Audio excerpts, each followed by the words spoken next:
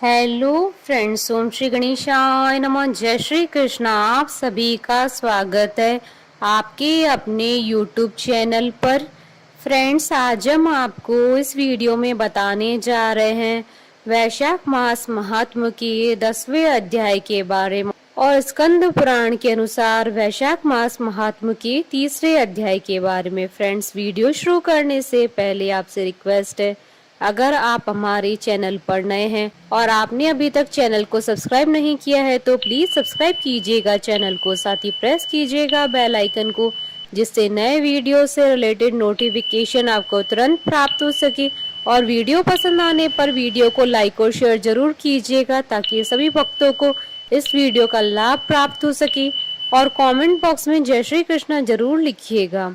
वैशाख मास महात्म सब प्रकार के विघ्नों का नाश करने वाले तथा सारी सृष्टि का पालन करने वाले श्री गणेश जी तथा ज्ञान की दाता श्री सरस्वती जी तथा सब पुराणों के कर्ता श्री व्यास जी तथा श्री गुरुदेव जी के चरण कमलों में नमस्कार करके भगवान की श्रद्धा और भक्ति रस में डूबे हुए वैशाख मास महात्म की कथा आरंभ करती हूँ। वैशाख मास में छत्र दान से हेमकांत का उद्धार। नारद जी कहते हैं, एक समय विदेराज जनक के घर दोपहर के समय श्रुतदेव नाम से विख्यात एक श्रेष्ठ मुनि पधारे, जो वेदों के ज्ञाता थे। उन्हें देखकर राजा बड़े उल्लास के साथ उठकर खड़े हो गए और मधुपर्क आदि सामग्रियों से उनकी विधि पूर्वक पूजा करके राजा ने उनके चरणोदकों को अपने मस्तक पर धारण किया। इस प्रकार स्वागत सत्कार के पश्चात जब वे आसन पर विराजमान हुए तब विदेराज के प्रश्न के अनुसार वैशाख मास के महात्म का वर्णन करते हुए इस प्रकार बोले।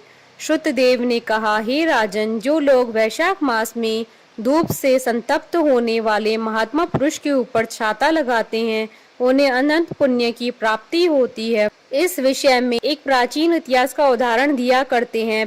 पहले वंग देश में हेमकांत नाम से विख्यात एक राजा हो गए हैं।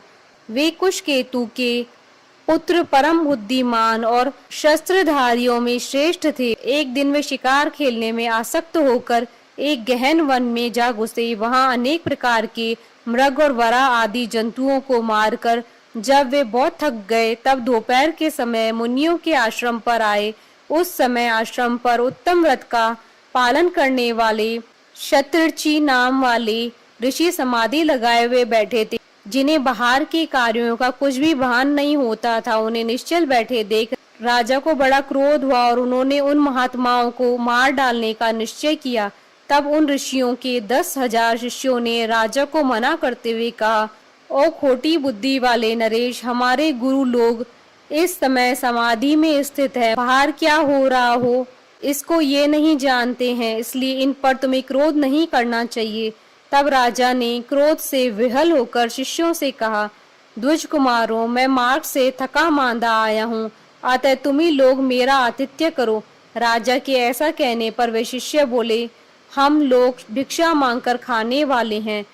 गुरुजनों ने हमें किसी के आतिथ्य के लिए आज्ञा नहीं दी है। हम सर्वथा गुरु के अधीन है, अतः तुम्हारा आतिथ्य कैसे कर सकते हैं। शिष्यों का यह कोरा उत्तर पाकर राजा ने उन्हें मारने के लिए धनुष उठाया और इस प्रकार का, मैंने हिंसक जीवों और लुटेरों के भय आदि से जिनकी अनेकों बार रक्षा की है, जो मेरे दिए हुए दानों पर ही पलते हैं, वे आज मुझे ही सिखलाने चले हैं। ये मुझे नहीं जानते, ये सभी कृतज्ञ और बड़े अभिमानी हैं। इन आतताइयों को मार डालने पर भी मुझे कोई दोष नहीं लगेगा। ऐसा कहकर वे कुपित हो धनुष बाण छोड़ने लगे। बेचारे शिष्य आश्रम छोड़कर भय से भाग चले। भागने पर भी हेमकांत ने उनका पीछा किया और 300 शिष्यों को मार गिराया। शिष्यों के भाग जाने पर आश्रम पर जो कुछ भी सामग्री थी उसे राजा के पापात्मा सैनिकों ने लूट लिया। राजा के अनुमोदन से ही उन्होंने वहां इच्छा अनुसार भोजन किया। तत्पश्चात दिन बीतते बीतते राजा सेना के साथ अपनी पुरी में आ गया और राजा कुशकेतु ने जब अपने पुत्र का यह अन्यायपूर्ण कार्य सुना तब उसे राज्य करने की अयोग्य जानकर उसकी निंदा करते हुए उसे देश निकाला दे दिया। पिता के त्याग देने पर हेमकांत घने वन में चला गया। वहां उसने बहुत वर्षों तक निवास किया। ब्रह्म हत्या उसका सदा पीछा करती रही थी, इसलिए वह कहीं भी स्थिरता पूर्वक रह नहीं पाता था। इस प्रकार उस दुष्ट आत्मा के 28 वर्ष व्यतीत हो गए। एक दिन वैशाख मास में जब दोपहर का समय हो रहा था, महामुनि तीर्थ यात्रा के प्रसंग से उस वन में आए। वे धूप से अत्यंत संतप्त और तृष्णा से बहुत व्यतीत थे, इसलिए किसी वृक्षहीन प्रदेश में मूर्छित होकर गिर पड़े। देवयोग से हेमकांत उधर आ निकला। उसने मुनि को प्यास से पीड़ित, मूर्छित और थका मांदा देख उन पर बड़ी दया की।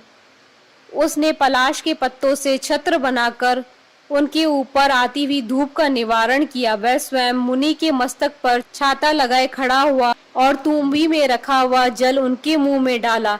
इस उपचार से मुनि को चेत हो आया और उन्होंने क्षत्रिय के दिए हुए पत्ते के छाते को लेकर अपनी व्याकुलता दूर की।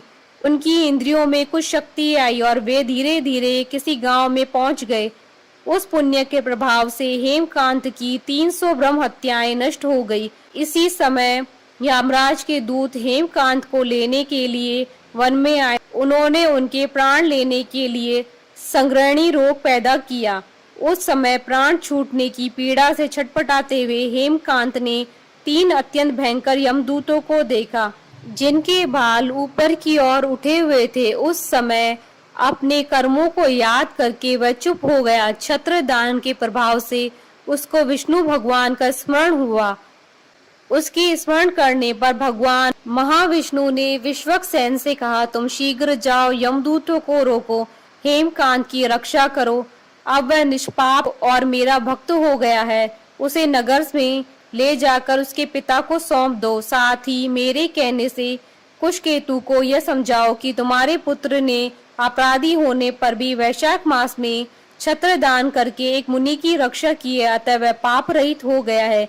इस पुण्य के प्रभाव से वह मन और इंद्रियों को अपने वश में रखने वाला, दीर्घायु, शूरता और उदारता आदि गुणों से युक्त तथा तुम्हारे समान गुणवान हो गया है। इसलिए अपने इस महाबली पुत्र को तुम राज्य का भार संभालने के लिए नियुक्त करो। भगवान विष्णु ने तुम्हें ऐसी ही आज्ञा दी है। इस प्रकार राजा को आदेश देकर हेमकांत को उनके अधीन करके यहाँ लौट आओ। भगवान विष्णु का यह आदेश पाकर महाबली विश्वक्सेन ने हेमकांत के पास आकर यमदूतों को रोका और अपने कल्याणमय हाथ से उसके सब अंगों में स्पर्श किया। भगवत के स्पर्श से हेमकांत की सारी व्याधि क्षण भर में दूर हो गई।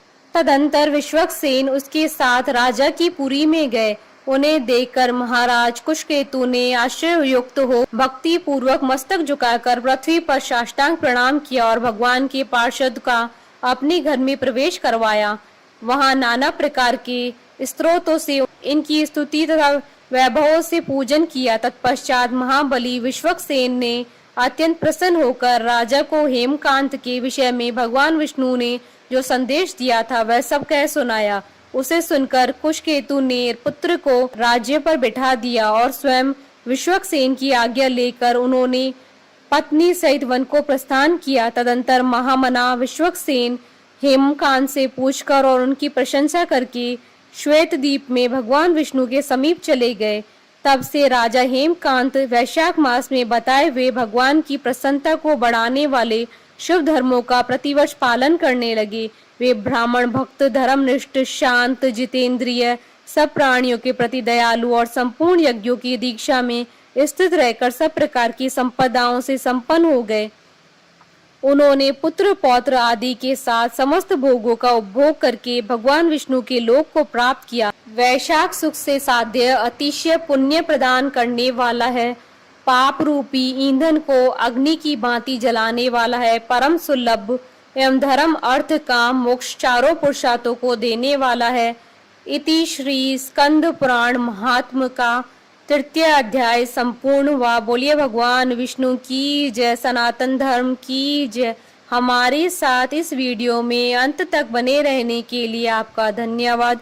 ओम श्री गणेशाय नमः। जय श्री कृष्ण।